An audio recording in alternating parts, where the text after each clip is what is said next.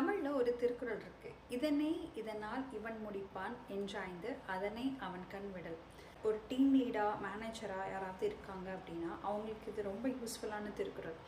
ஒரு டீமில் ஒரு டாஸ்க்கை யாருக்கு டெலிகேட் பண்ணணும் அப்படிங்கிறத நீங்கள் தெரிஞ்சு பண்ணிங்கன்னா உங்களோட பாதி வேலை கம்மியாயிடும்.